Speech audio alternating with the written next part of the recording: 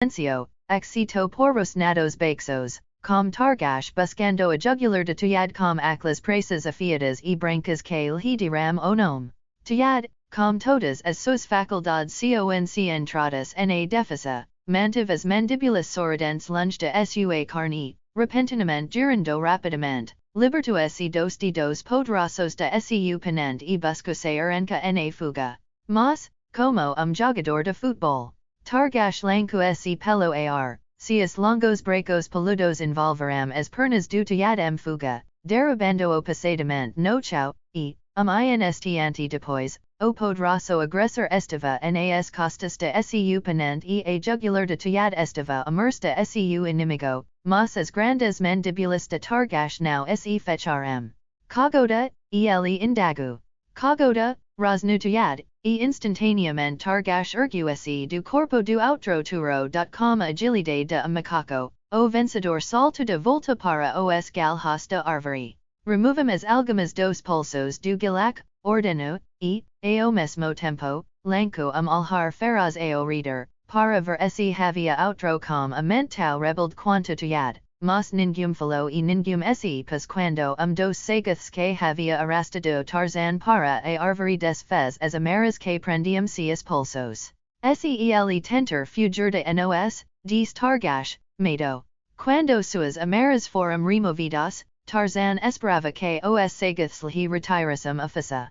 Ele havia perdido sua lança, arco e a maioria de suas flechas no instante que a armadilha o havia arrancado do chão, mas, embora tivessem ficado expostos na trilha sob a armadilha, os saguths não lhes deram atenco, nem deram atenco a sua força.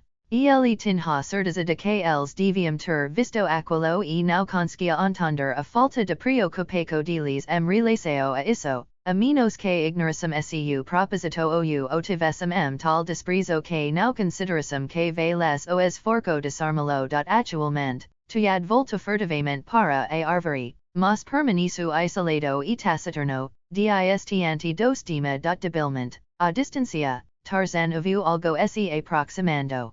Ele ouviu isso momento antes de os saguths viram. Eles vêm, anuncia targash. Mwa lot esta chegando, diz outro, lancando alhar para tuyad. Agora Tarzan sabia porque o tambor primitivo havia sido tocado, mas se perguntava porque eles estavam se reunindo. Finalmente chegaram, e não foi difícil para Tarzan reconhecer Mwa lot, o rei entre os dima. Grande turo caminhava à frente turo com tantos pelos grisalhos no rosto que este tinha uma tez ligeiramente agilada, e instantaneamente o homem macaco percebeu como o rei havia adquirido seu nome. Assim que os saguths com Tarzan se convenceram da identidade da comitiva que se aproximava, disseram das árvores para o chão e, quando Mwa lot chegou a 20 passos deles, parou. Su Mwa lot, anuncio ele. Comigo estão as pessoas de minha tribo. Eu sou targash, respondeu o turo que parecia estar encarregado de outra parte. Comigo estão outros turos de tribo de Mwa lot. Superada essa preliminar cautelosa, Mwa lot avanca, seguido pelos turos, pelas fêmeas e pelos balas de sua tribo. O que aquilo, exigiu Mwa lot. Ao avistar Tarzan com seus olhos ferozes. Uma gilac que encontramos presa nossa armadilha, respondeu targash. E para esta festa que nos convido, exigiu Mwa lot, com raiva. O senhor deveria te lo trazido a tribo. Ele pode andar. Esta não é a comida de qual o tambor falava, respondeu targash. Proximo esta o corpo de that que foi morto por tarug. Perdo de armadilha na qual este gilac foi capturado. Arg, grunhiu Mwa lot. Podemos comer o gilac mais tarde. Podemos dançar, sugeriu dos captors de Tarzan. Já comemos e dormimos muitas vezes desde que dançamos, Mwa lot. Enquanto os saguths, guiados por targash, prosseguiam pela trilha direto ao corpo do thag. As fêmeas com balas rosnaram ferozmente quando dos filhotes se aproximou de Tarzan. Os turos o observavam com desconfiança e todos pareciam inquietos com sua presença. Nessas outras maniares, os sagoths lembravam os macacos de tribo de Kerchuk, e isso era verdade tal extensão que Tarzan, embora prisioneiro entre eles, sentia esse estranhamento casa nesse novo ambiente a uma curta distância à frente do homem macaco caminhava mwa lot, rei de tribo, e ao lado de mwa lot estava Tuyad. Os dois conversavam voz baixai, pelos frequentes alheiros que lancavam a Targash, que caminhava à frente deles, era evidente que ele era o assunto de conversa, cujo efeito sobre mwa lot parecia ser altamente perturbador. Tarzan pôde perceber que o chef hersuto estava se desando levar por uma fúria crescente, cuja causa aparente era a informação que Tuyad lhe transmitia. Este último parecia estar tentando provocá-lo a uma fúria maior, fato que parecia agora evidente a todos os membros da tribo, como exico de Targash, que caminhava na frente, à frente de mwa lot e Tuyad, pois praticamente todos os outros alhos estavam voltados para o rei, cuja evidente excitação havia transmitido uma certa inquietação feraz aos demais membros de seu grupo. Mas foi somente quando chegaram à vista do corpo do thag que a tempestade irrompeu e, então, sem aviso previo, mwa lot brandiu seu pesado club e saltou para frente direto a Targash com a evidente intenção de esmagar seu crânio por trás. Se a vida do homem macaco sua constante batalha pela sobrevivência o havia ensinado a agir rapidamente, também o havia ensinado a pensar rapidamente. Ele sabia que, toda aquela companhia selvagem, não tinha amigos, mas também sabia que Targash, por pura teimosia e para contrariar Tuyad, poderia ser o único a ajudá-lo, e agora parecia que o próprio Targash poderia precisar de amigo, pois era evidente que nenhuma mão se levantaria sua defesa, nem nenhuma voz o alertaria. Assim, Tarzan dos macacos, impulsionado tanto por considerações de interesse próprio quanto de justiça, tomou as redes de situação com tamanha rapidez que já havia agido antes que qualquer mal pude ser levantada para ditlo. Kriga, Targash, ele bradou, e no mesmo instante avançou rapidamente, afastando Tuyad com único movimento de braço gigante que lançou o sagoth de cabeça no modo que margiva a trilha. A ouvir o grito de alerta Kriga, que na linguagem dos grandes simios e sinônimo de cuidado, Targash virou-se para ver o enfurecido mwa lot com o club erguido que sobre ele, então, viu algo mais que fez seus alhos selvagens se arregalaram de surpresa. O estranho Gilak, que ele havia feito prisioneiro, saltara de trás para perto de mwa lot. Braço liso e bronzeado deslizou rapidamente torno do pescoço do rei e se apertou. O Gilak virou-se, curvou-se, avancando com o rei sobre o quadril, lançou o grande turo peludo completamente sobre a cabeça, jogando-o aos pés de seus guerreiros atenidos. Então, o Gilak saltou para o lado de Targash e, girando, enfrentou a tribo com Targash. Instantaneamente, uma vintena de clubes foram erguidos contra os dois. Deveríamos permanecer e lutar, Targash, indagou o homem macaco. Els nos matero, disse Targash. Se voce não faz Gilak, poderíamos escapar pelas árvores, mas como não pode escapar, teremos que permanecer e lutar. Mostrar o caminho, disse Tarzan. Não há trilha de sagoth que Tarzan não possa seguir. Venham, então, disse Targash, e, ao falar, arremessou seu club contra os rostos dos guerreiros que se aproximavam e, virando-se, fugiu pela trilha. Duo uma dúzia de saltos poderosos e, seguida, saltou para o galho de uma árvore pendente, e logo atrás dele veio o Gilak sem pelos. Os turos guerreiros e peludos de mwa lot perseguiram os dois por uma curta distância e, seguida, desistiram de perseguico, como Tarzan estava confiante de que fariam, pois entre seu próprio povo geralmente se considerava suficiente expulsar turo recalcitrante de tribo e, a menos que insistisse retornar, ninham es forco particular era fito para. Molestalo dotasum que se tornu evident que a persgaico havia sido abandonada, o seguth pero entre os gal hostu uma arvari enormi. Eu su targash, dis ele, quando Tarzan pero perdo dili. Eu su Tarzan, responduo o homem macaco. Por que me aviso, pergunto Targash. Eu he diz que não vim entre vocês como inimigo, responduo Tarzan, e quando six que tuyad conscuio persuader mwa lata modelo, eu o avise porque foi o senhor que impedio os turos de me matar quando fui capturado. Ok o senhor fazia no paz dos seguiths, pergunta Targash. Eu estava cacendo, responduo Tarzan. Aonde o senhor deseja ir agora, pergunto o seguith. Retornarei ao meu pavo, responduo Tarzan. Onde eles estão? Tarzan dos macacos hesitou. Ele alhau para cima, direco ao sol, cujos raios filtravam se através da folhagem da floresta. Ele alhau ao reader por toda parte havia folhagem. Não havia nada na folhagem nem nos troncos ou galhos das árvores que indicasse direco. Tarzan dos macacos estava perdido?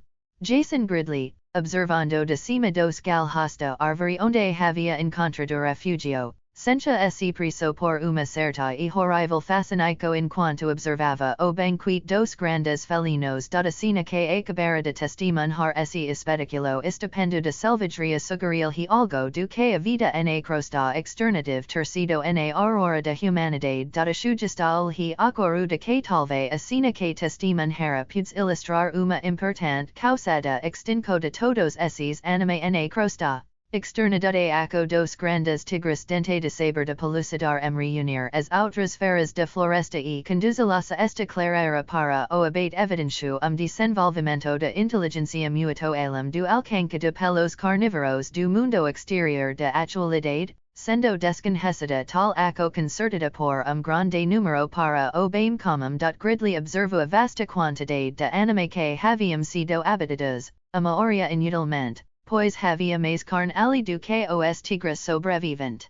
Poderiam consumir antes que atingisse estágio de putrefaco que a tornaria intrigável até mesmo para dos grandes felinos. Esse fato sugeria a convicção de que a astúcia dos tigres havia atingido pleno que seria razoável esperar que reagisse sobre eles mesmos e, por fim, causasse sua extinco, pois, msua furia selvagem e ansia por carne.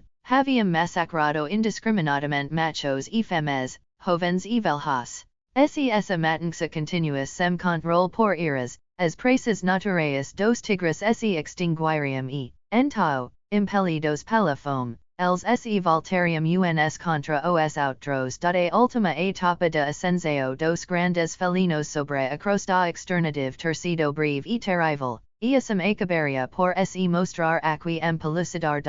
Assim como os grandes felinos podem ter chegado a ponto que seu desenvolvimento mental decreta sua própria ruína, na era anterior os gigantescos dinossauros carnívoros do Jurássico podem ter causado a extinco de seus contemporâneos e, posteriormente, a de si mesmos.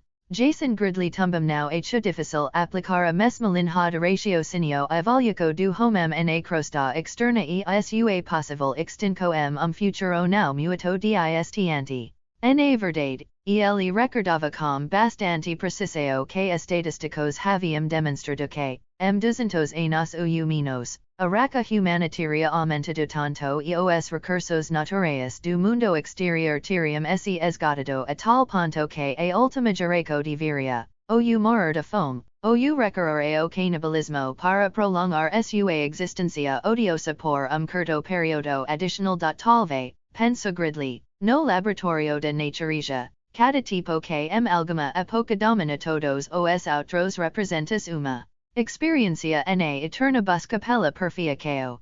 Os invertebrados dirão lugar aos peixes, os peixes aos reptais, os reptais às aves e mamíferos, e estes, por sua vez, foram forcados a curvar-se a maior inteligência do homem. Qual seria o próximo passo? Gridley estava certo de que haveria algo após o homem, que inquestionavelmente o maior erro do criador, combinando como faz todos os vicios dos tipos precedentes, desde invertebrados et mamíferos, enquanto possui poucas de suas virtudes a medida que tais pensamentos irão forcados msua mente pela sina abaixo, irão acompanhados por outros de importância mais imediata, sendo o primeiro a preocupação com seus companheiros ninhum lugar declarara ele via qualquer sinal de ser humano vivo, ou morto. Ele cama voz alta várias vezes, mas não recebe resposta.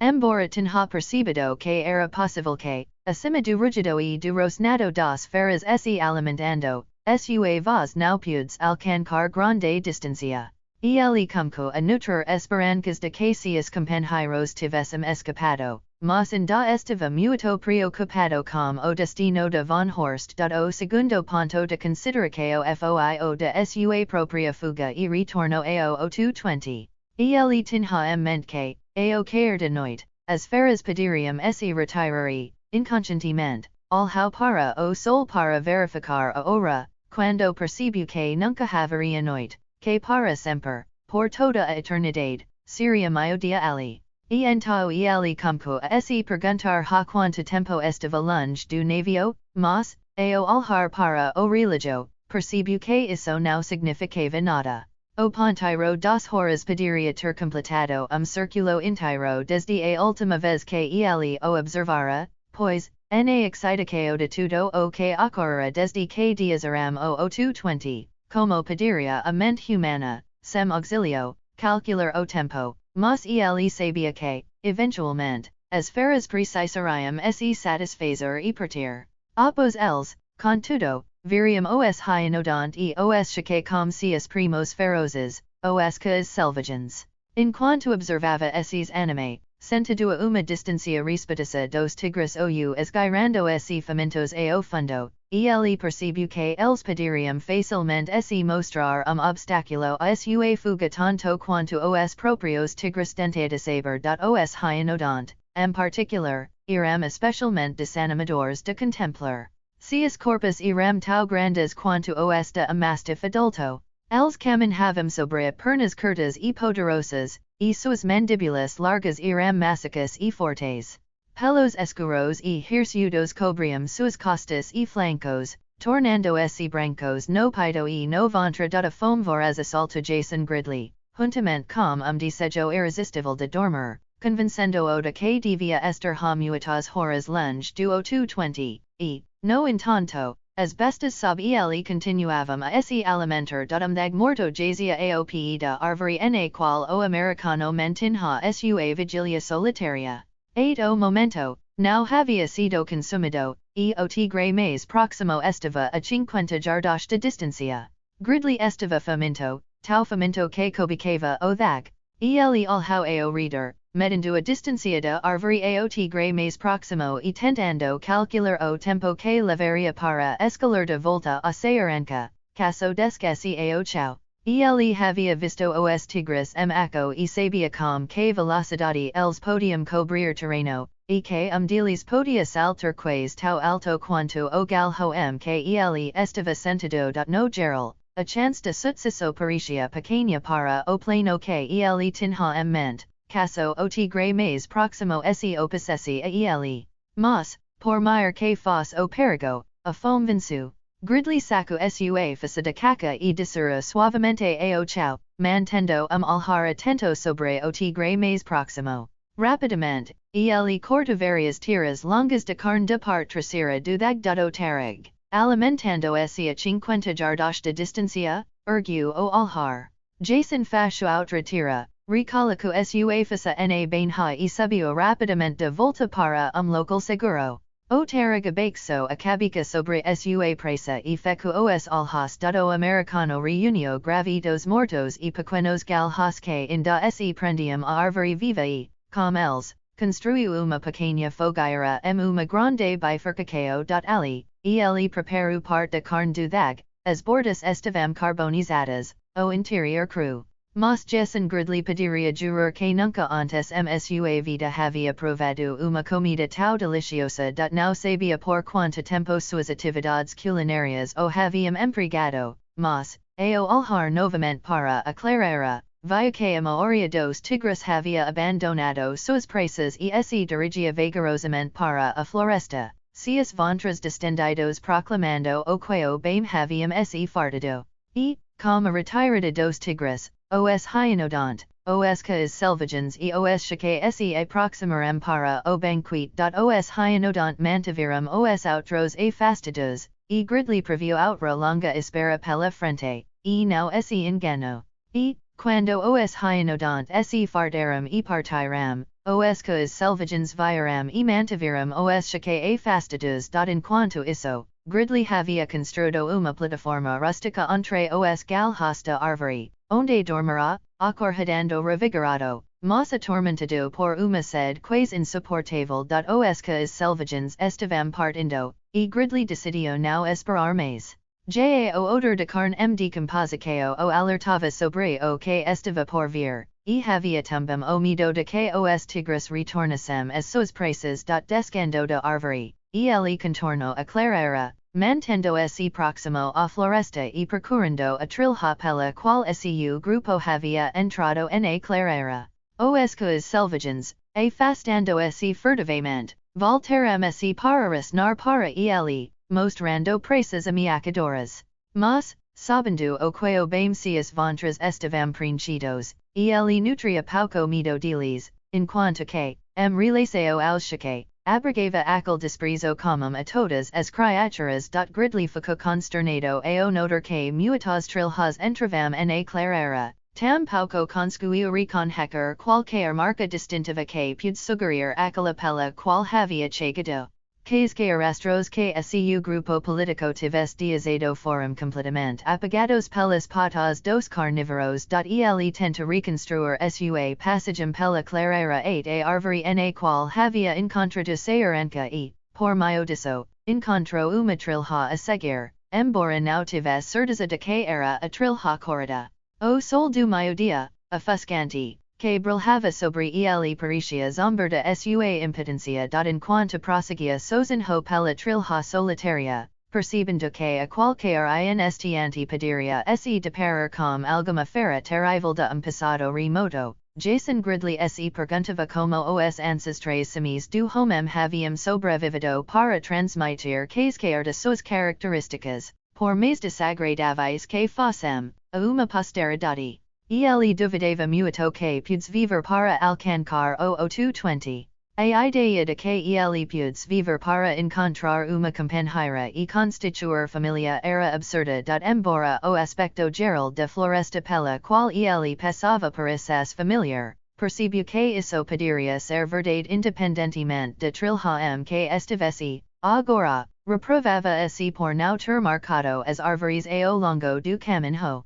Que idiota ele fora, pensou, mas seus arrependimentos não irão tanto por si mesmo, mas pelos outros, cuja serenca estivera suas mãos. Nunca sua vida Jason Gridley se sentira tão inútil ou desamparado. Caminhar incessantemente por aquela trilha interminável, sem ter a menor ideia se ela levava direto ao 220 ou na direto posta, era deprimente, mesmo enlouquecedor. Contudo, não havia mais nada a fazer, e sempre aquele maldito sol do meio-dia fitando-o sem piscar o sol cruel que podia ver seu navio, mas não o conduziria a ele. Sua sede era incomoda, mas ainda não avassaladora. Quando chegou a pequeno riacho que a trilha atravessava, ali, ele bebeu e descansou por tempo, fez uma pequena fogueira, cozinhou mais pouco de sua carne de dag, bebia novamente e retomou sua exausta marca mas muito revigorado. A bordo do 820, com o passar das horas e o esmorecer da esperança, o ânimo dos oficiais e tripulantes reminiscentes tornou-se cada vez mais deprimido, à medida que a apreensão pela serenca de seus camaradas ausentes aumentava gradualmente, a se transformar em uma convicção quase absoluta de desastre. Eles estão desaparecidos há quase 72 horas, disse Zuckner, que, com Dorf e Heinz, passava a maior parte do tempo na cabine de observação superior ou caminhando pela estrada passarela ao longo da parte traseira do navio. Nunca me senti tão impotente toda a minha vida, continuou ele com pesar, ma confso livrement que now seio que fazer. Isso apenas demonstra, diz Hines, o quanto dependemos do habito, do costume dos precedentes para determinar todas as nossas ecos, mesmo diante do que nos apraz camar de emergência.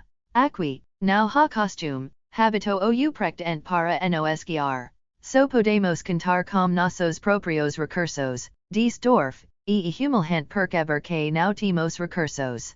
Não sabe as condicos que nos cercam, diz Zupner. Na crosta externa, não haveria dúvida de que deveríamos navegar em busca dos membros desaparecidos de nossa equipe.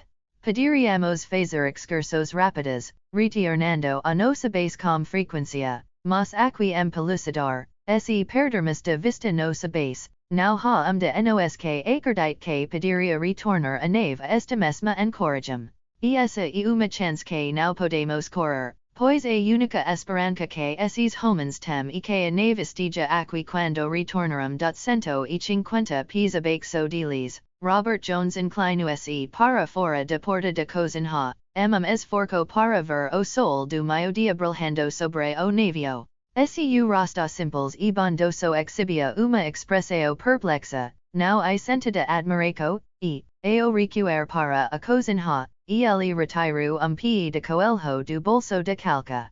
Delicadamente, tocada al com ele, seguida, esfregou vigorosamente no alto de cabeça, murmurando incoerentemente voz baixa do alto de passarela. O tenente Hines escaneva a paisagem todas as direções com binóculos potentes, como fazia há tanto tempo que parecia conhecer cada arbusto, árvore e fio de grama dentro de seu campo de visão. A vida selvagem de Pelucidar, lugar primitivo, que cruzava e recruzava a clareira, já era uma história antiga para esses três homens. Repetidas vezes, a medida que animal ou outro emergia da floresta distanteante, as lunetas haviam sido apontadas para ele que pude ser identificado como algo diferente de ser humano, mas agora Hines exclama de repente, nervoso. Ok, exigiu Zupner. Ok, senhor, v. Homem, exclama Hines. Tenho certeza disso. Onde, pergunta Dorf, enquanto ele e Zupner erguiam-se oculos direto aos olhos. Cerca de 2 pontos para porter. Eu entendo, diz Dorf. E gridley ou von Horst, e quem quer que seja, esta sozinho. Leave des membros de tripulaco imediatamente, tenente, diz Zupner, voltando-se para Dorf. Certifique-se de que estejam bem armados e saiam para encontrá-lo. Não perca tempo, grito ele para o tenente. Que já havia começado a descer pelo pouco de escalada. Os dois oficiais no topo do O220 observavam Dorf e seu grupo enquanto partiam para encontrar o homem que conseguiam ver caminhando firmemente direto à nave. Eles os observaram enquanto se aproximavam, embora, devido ao contorno do terreno, que era ondulado, nem Dorf nem o homem com quem ele ia se encontrar avistassem ao outro estaram a menos de 100 jardas de distância. Foi então que o tenente reconheceu o outro como Jason Gridley. Enquanto se apressavam e apertavam as mãos, era típico do homem que as primeiras palavras de Gridley fossem uma pergunta relativa aos membros desaparecidos do grupo. Dorf balancou a cabeça. Voce o único que retornou. Ele diz a luz ansiosa desapareceu dos olhos de Gridley, e ele subitamente pareceu muito cansado e muito mais velho ao cumprimentar os engenheiros e mecânicos que compunham a comitiva que veio escoltá-lo de volta à nave. Tenho estado à vista do navio por muito tempo, diz ele. Não sei por quanto tempo.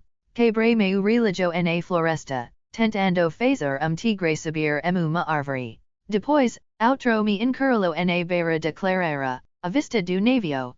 Parece que está lá há uma semana. Há quanto tempo está desaparecido, Dorf? Cerca de 72 horas. O rosto de Gridley se iluminou.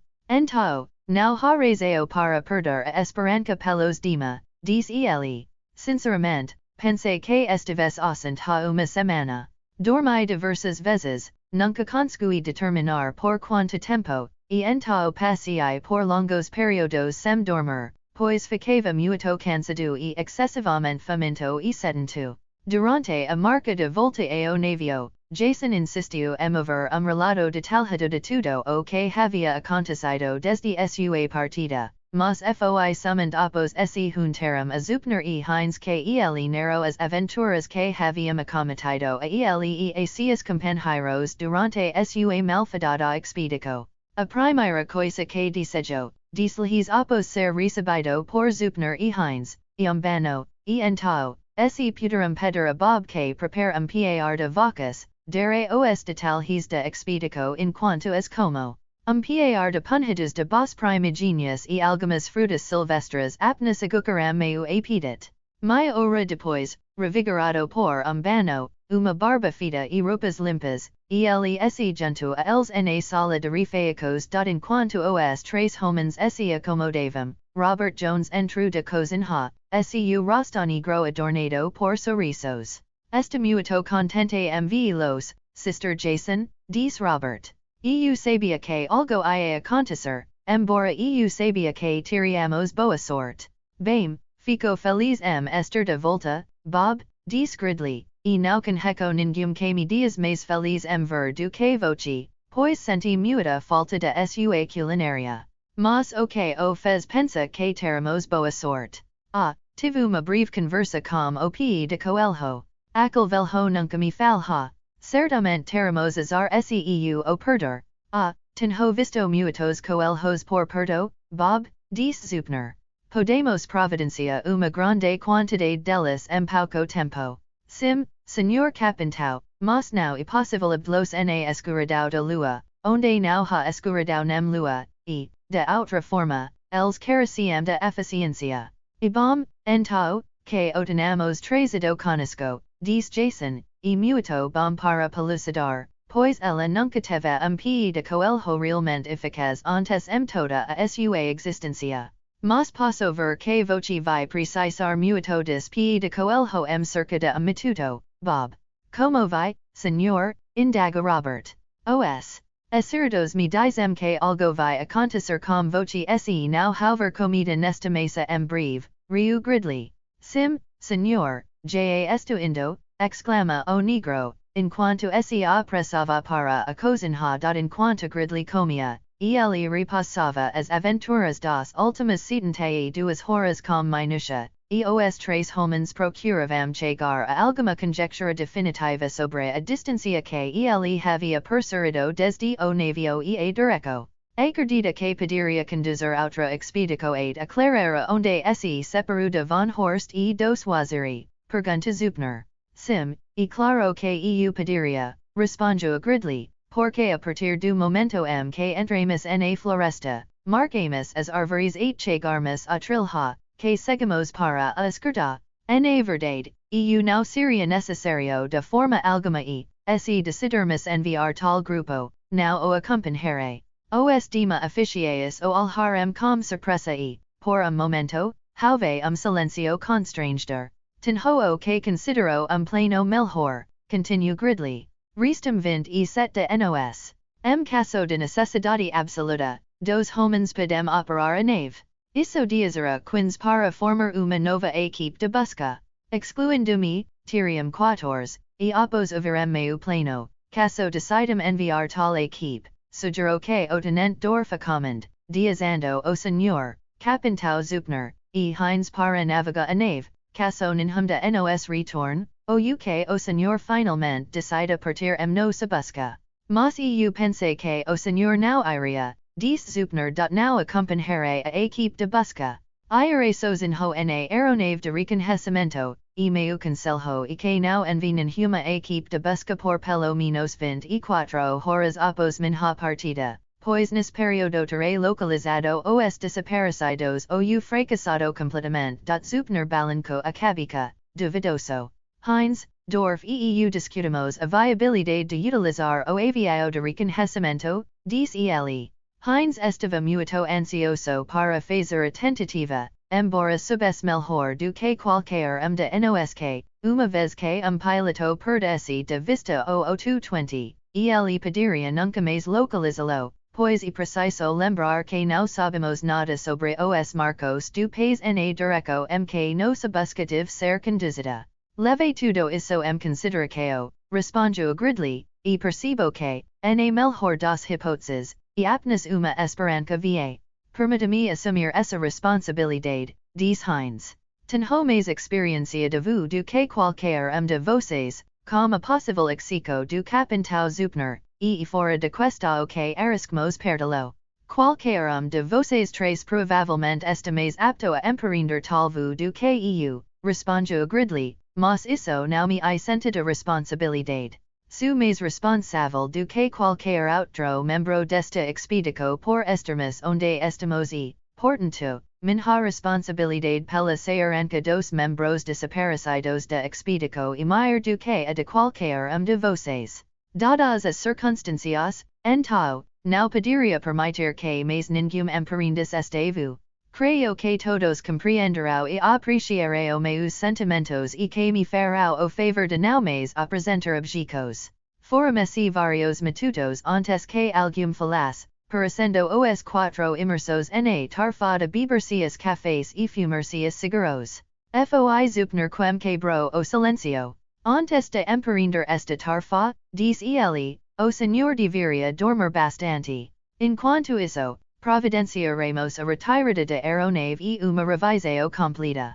O senhor deve ter todas as chances de sucesso que pudermos lhe oferecer. Muito obrigado, disse gridley. Suponho que o senhor tenha razão sobre o sono. Detesto desperdicar tempo, mas se o senhor me avisar que o navio estiver pronto, irei imediatamente para minha cabine e dormirei o máximo que puder enquanto isso. Enquanto gridley dormia, o avião de reconhecimento, transportado na parte traseira da cabine de quilha, foi bixado ao solo, onde passou por uma inspeção e teste cuidadosos pelos engenheiros e oficiais do 820. Mesmo antes de o avião estar pronto, gridley apareceu na porta da cabine do 820 e desceu ao solo. O senhor não dormiu muito, disse Zupner. Não sei por quanto tempo, disse gridley, mas sinto-me descansado e, de qualquer forma, não poderia ter dormido mais, sabendo que os sujeitos estão lá fora, algum lugar, esperando e torcendo por socorro.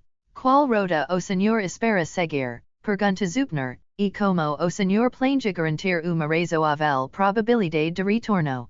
Voai diretamente sobre a floresta 8 onde julgo possível que eles pudsem ter marchado no tempo que estiveram ausentes, assumindo que se perderem completamente e se afastarem constantemente do navio. Assume que ganhei altitude suficiente para fazer qualquer observação, tente identificar algum marco natural, como uma montanha ou corpo de água, próximo ao navio e, de tempos em tempos, a medida que avancava, anote marcos semelhantes. Acredito que, dessa forma, poderei facilmente encontrar o caminho de volta, pois, no máximo, não poderei avançar mais de 250 milhas do 820 e retornar a ele com o combustível que posso transportar. Após ter alcançado os limites mais distantes que considero que o grupo poderia ter se afastado, iniciarei a circulação, dependendo do rudo do motor para atrair sua atenção e, naturalmente, presumindo que encontrarão algum meio de sinalizar sua presença a mim, o que podem fazer mesmo. Terreno arborizado, construindo fogueiras. O senhor espera pausar? Indaga Zupner, acenando para o pesado rifle que gridley carregava. Seus encontrar campo aberto, aterrissarei, mas, mesmo que não os encontrar, pode ser necessário que eu desça, e minhas experiências recentes me ensinaram a não me aventurar muito pelucidar-sem rifle. Após uma inspeção cuidadosa, gridley apertou as mãos dos três oficiais restantes e despediu-se da tripulação, todos observadores ansiosos de sua preparação para a partida. Adiós, meu velho, disse Zupner, e que Deus e a sorte o acompanhem. Gridley apertou a mão do homem que passou a considerar amigo leal e fiel, e então tomou seu lugar na cabine aberta do avião de reconhecimento. Dois mecânicos giraram a hélice, o motor rugiu e, momento depois, o calco foi removido e o avio rolo pela campina gromada m direco a floresta do outro lado. Os observadores ouviram subir rapidamente e fazer grande circulo, e saberem que Gridley estava procurando ponto de referência. Duas vezes ele circulo acima da planície aberta e então partiu direco a floresta somente após completar o primeiro circulo. Jason Gridley percebeu a desvantagem que a paisagem sem horizonte de pelucidar impunha as suas chances de retorno. Ele havia pensado uma montanha que se destaca sucedamente contra o sul, pois tal ponto de referência estaria quase constantemente dentro do alcance de sua visão durante todo o voo. Havia montanhas ao longe, mas elas não se destacavam contra fundo de sul azul nem sobre qualquer horizonte. Elas simplesmente se fundiam com a paisagem além delas, curvando se para cima na distância. Ele circula duas vezes, seus olhos aguçados buscando qualquer ponto proeminente na topografia do país abaixo dele, mas não havia nada que fosse mais aparente do que a planície gramínea sobre a qual o 820 repousava. Ele sentia que não podia desperdiçar tempo e combustível procurando por marco que não existia, e, embora percebesse que a planície seria visível por uma distância relativamente curta, foi forçado a aceitar como seu único guia, em vez de melhor. Rogando acima do teto falhuso de floresta primitiva, tudo o que acontecia no solo abaixo estava oculto para ele, e era tentador perceber que ele poderia ter passado diretamente sobre as cabeças dos camaradas que procurava, mas não havia outra maneira. Ao retornar, ele faria circulo ou manteria caso exagerado zigzag, observando cuidadosamente qualquer sinal de comunicação. Por quase 2 horas, Jason Gridley manteve caso reto, passando por florestas, planícies e regiões montanhosas, mas nenhum lugar via qualquer sinal de quais que procurava. Já havia atingido o limite de distância que havia planejado percorrer quando, a sua frente, surgiu ao longe uma cadeia de montanhas imponentes. Somente isso o teria determinado a retornar, pois su juzol he dizia que os membros perdidos de expedico, caso tivessem chegado aqui, já teriam percebido que estavam viajando na direção errada. Ao inclinar-se para fazer a curva, ele vislumbrou, pelo canto do olho, algo no ar acima dele e, olhando rapidamente para trás, Jason Gridley prendeu a respiração espanto. Parando agora, quase acima dele, estava uma criatura gigantesca, cuja envergadura das asas quase igualava a do avião que ele pilotava. O homem teve apenas vislumbre de mandíbulas tremendas, armadas com dentes poderosos, no instante que percebeu que aquele anacronismo formidável estava determinado a atacá-lo. Gridley voava a uma altitude de aproximadamente 3.000 pés quando o enorme pteranodonte se lançou diretamente contra a nave. Jason tentou escapar mergulhando. Houve coquetel rugido, uma fragmentação de madeira e rangido de metal quando o pteranodonte se precipitou sobre sua presa e colidiu com a hélice. O que aconteceu então, ocorreu tão rapidamente que Jason Gridley não teria conseguido reconstruir a cena 5 segundos depois. O avião capotou completamente e, no mesmo instante, Gridley saltou. Ele puxou o cordão de abertura de seu paraquedas. Algo o atingiu na cabeça e ele perdeu a consciência. Onde está os seus colaboradores? Targash pergunta novamente. Tarzan balancou a cabeça. Não sei, disse ele. Onde fica o seu país? Pergunta Targash. Está muito distante? Respondeu o homem macaco. Não está pelucidar, mas o sagaz não conseguia entender mais do que conseguia entender que uma criatura pode estar perdida, pois inerente a ele estava o mesmo instinto de retorno que marcava todas as criaturas de pelucidar e que constitui uma sabia provação de natureza mundo sem corpos celestes orientadores. Se fosse possível transportar Targash instantaneamente para qualquer ponto dentro daquele poderoso mundo interior, outro lugar que não na superfície de oceano, ele poderia ter encontrado infalivelmente o caminho para o local exato onde nascera, e, como esse poder era instintivo, ele não conseguia entender por que Tarzan não o possuía. Se onde ha uma tribo de homens, diz ele. Logo depois. Talvez se jam se pavo. Eus conduzire 8 como Tarzan não tinha ideia de direco mk o navio se encontrava sendo remotamente possível que Targash estivesse se referindo aos membros da expedição o 220. Ele sentia que seria tão bom seguir Targash quanto qualquer outro lugar, e se manifesto sua disposição em acompanhar o Sagith. Há quanto tempo o senhor não vi essa tribo de homens, pergunto ele depois de tempo, e há quanto tempo eles vivem onde o senhor os viu. Não há texto para traduzir. Após a resposta de Sagith a estas perguntas, o homem macaco sentiu que poderia determinar a possibilidade de os homens a que Targash se referia serem membros de seu próprio grupo, pois, se fossem recém chegados à região, as chances de serem as pessoas que ele procurava seriam excelentes. Mas suas perguntas não obtiveram resposta satisfatória pela excelente razão de que o tempo não significava nada para Targash.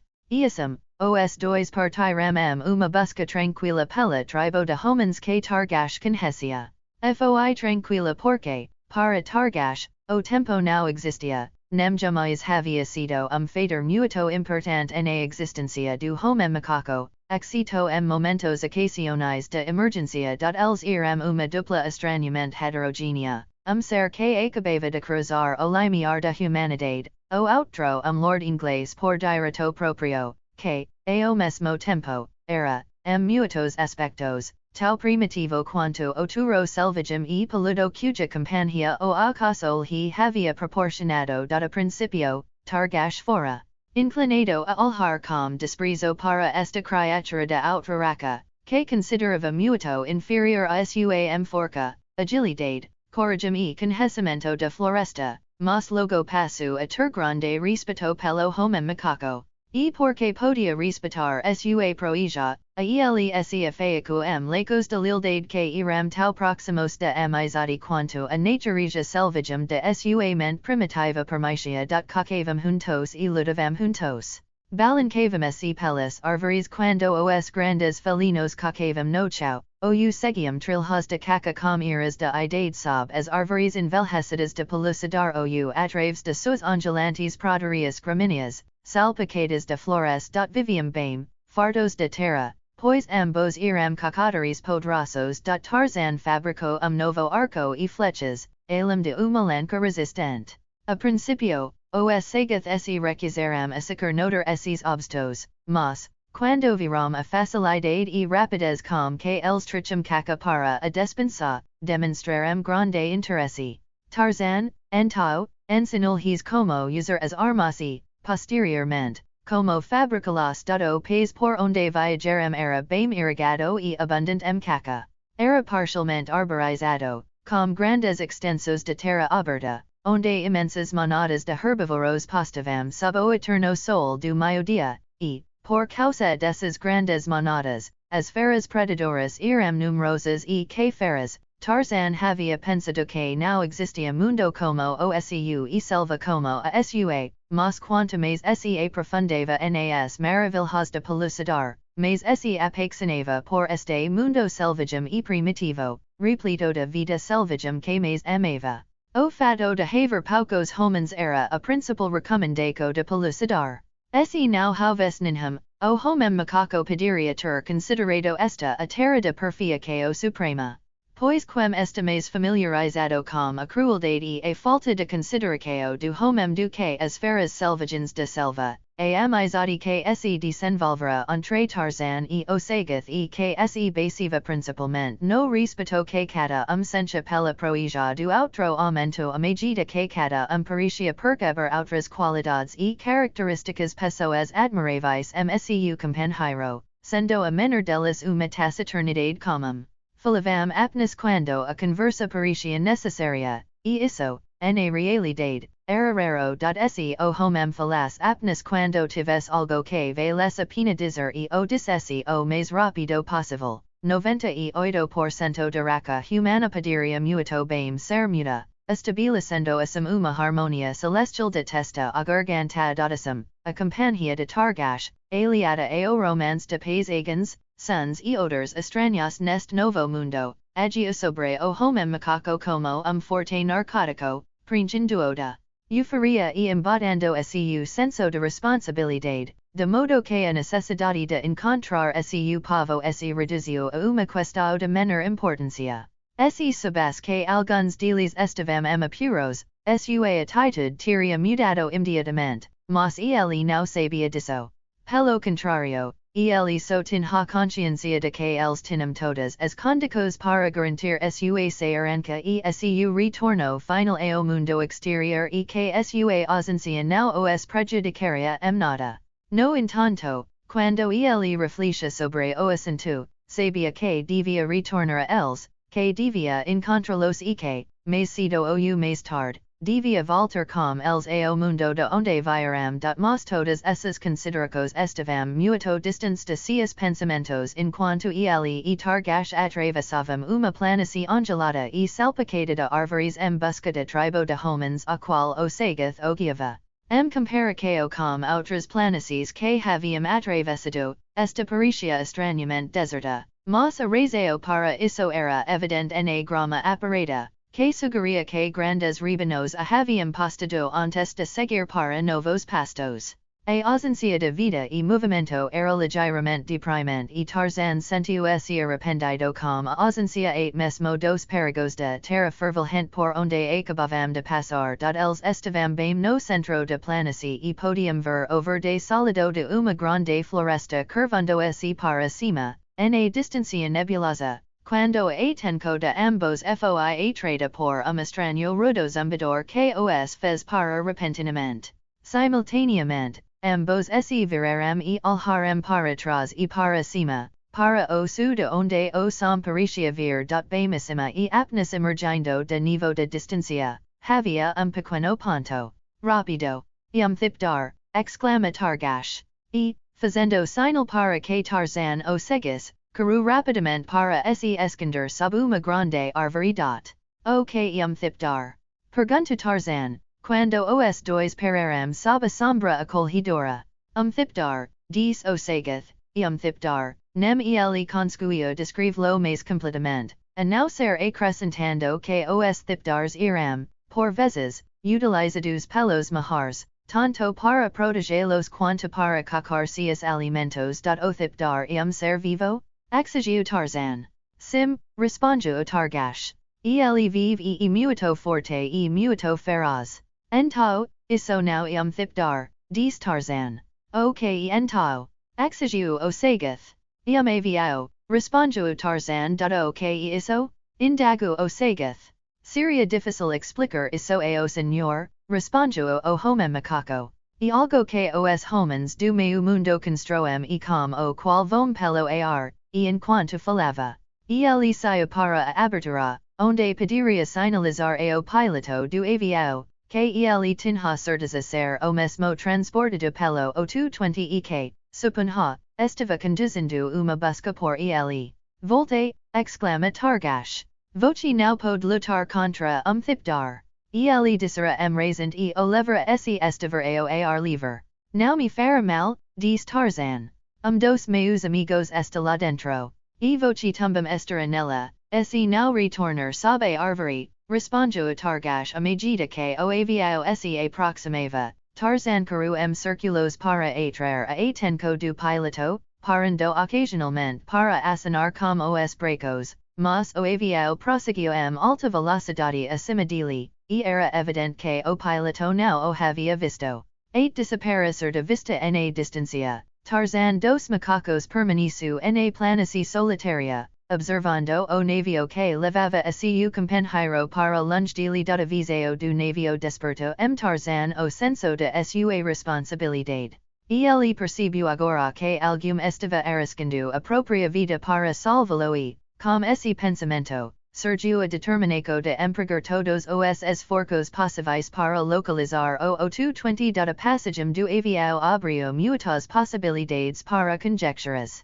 Se estivesse circulando, o que era possível, Adereco de SEUVU ao pasar por ele now tiria relação com adereco do O220, ese now estives circulando, como ele pediria saber se estiva se afastando da nave no inicio da sua busca ou retornando a ela após concluir SEUVU. Aquilo now era thipdar, des targash, saindo de debaixo da árvore e posicionando-se ao lado de Tarzan.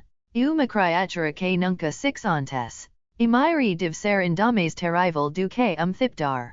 Deve ter estado muito irritada, pois rosnava terrivelmente o tempo todo. Now está vivo, diz Tarzan. E algo que os homens do meu país constroem para que possam vor pelo ar dos meus amigos está nele. Ele está me procurando seguith balanco acabica. Agradco que ele não tenha decido, diz ele. Ele estava ou muito irritado ou com muita fome, caso contrário não teria rosnado tão alto. Era evidente para Tarzan que Targash era totalmente incapaz de compreender sua explicação sobre o aeroplano e que sempre acreditaria que se tratava de enorme reptil voador, mas isso não tinha importância. O que preocupava Tarzan era a questão de direção que deveria agora prosseguir sua busca pelo O220. Ele acabou decidindo seguir na direção tomada pela aeronave, pois, como esta coincidia com a direção que Targash lhe asseirava que encontraria a tribo de seres humanos que procuravam, parecia, afinal, o caso mais sensato a seguir. O zumbido do motor havia se dissipado na distância quando Tarzan e Targash retomaram sua jornada interrompida pela planície e adentraram a região acidentada de colinas baixas e rocosas. A trilha, bem demarcada e que Targash afirmou conduzir pelas colinas, seguia as sinuosidades de canyon rosso, lado por faixas baixas, nas quais havia occasionalmente cavernas e fendas. O fundo do canyon estava repleto de fragmentos de rocha de diversos tamanos. A vegetação era esparsa e havia todas as indicações de uma aridez como Tarzan nunca havia encontrado desde que deixou o O220, e como parecia provável que tanto a caca quanto a água fossem escassas ali. Os dois seguiram frente com uma caminhada rápida e balanceada. Estava muito silencioso e os ouvidos de Tarzan estavam constantemente alerta para captar o primeiro som do zumbido do motor do avião que retornava, quando, de repente, o silencio foi quebrado pelo som de grito rouco que parecia vir de ponto mais acima no canyon. Targash fez uma pausa. Dial, ele disse. Tarzan olhou para seguith interrogativamente. Dial, repetiu Targash, e está furioso. O que dial? Pergunta Tarzan. Uma ave terrível, respondeu o seguith, mas sua carne boa, e Targash está faminto. Isso foi o suficiente. Por mais terrível que fosse o dial, era carne, e Targash estava faminto, de modo que as duas bestas de rapina avancaram cautelosamente, espreitando sua presa. Uma brisa errante, deslizando suavemente pelo canyon, trouxe as narinas do homem macaco aroma estranho e novo. Era odor de ave. Ligeiramente sugestivo do odor de uma avestras, e, pelo seu volume, Tarzan deduziu que poderia provir de uma ave muito grande, uma sugestão que foi confirmada pelo estridente grito de criatura, entremedo com som de aranhuis e raspagens. Targash, que lidrava e aproveitava toda a prática natural oferecida pelos fragmentos de rocha que pontilhavam ao lado do canyon, parou na parte inferior de uma grande rocha, atrás da qual se retirou rapidamente. Ao ser alcançado por Tarzan, ele sinalizou para que o homem macaco espiasse a volta da rocha. Seguindo a sugestão de seu companheiro, Tarzan viu o autor de comoco que havia atraído sua atenção. Sendo uma fera selvagem da selva, ele não demonstrou nenhum sinal externo do espanto que sentia ao contemplar a poderosa criatura que arranjava freneticamente uma fenda na encosta. Para Tarzan, era uma criatura sem nome de outro mundo. Para Targash, era simplesmente dial. Nenhum dos dois sabia que estava diante de furor hacos do Mioceno. Eles avistaram uma criatura enorme, cuja cabeça crestada, maior do que a de cavalo, Alivava essia oitopes acima do solo. Seu bico curvo e poderoso abriu esse amplamente, enquanto emisha grito de raiva. Batu sua essa curta e inútil uma frenesí de raiva, enquanto atacava com suas poderosas garras de três dedos algo que estava logo dentro da fenda a sua frente. E então foi que Tarzan viu que o obstáculo contra o qual ele atacava era uma lança, pun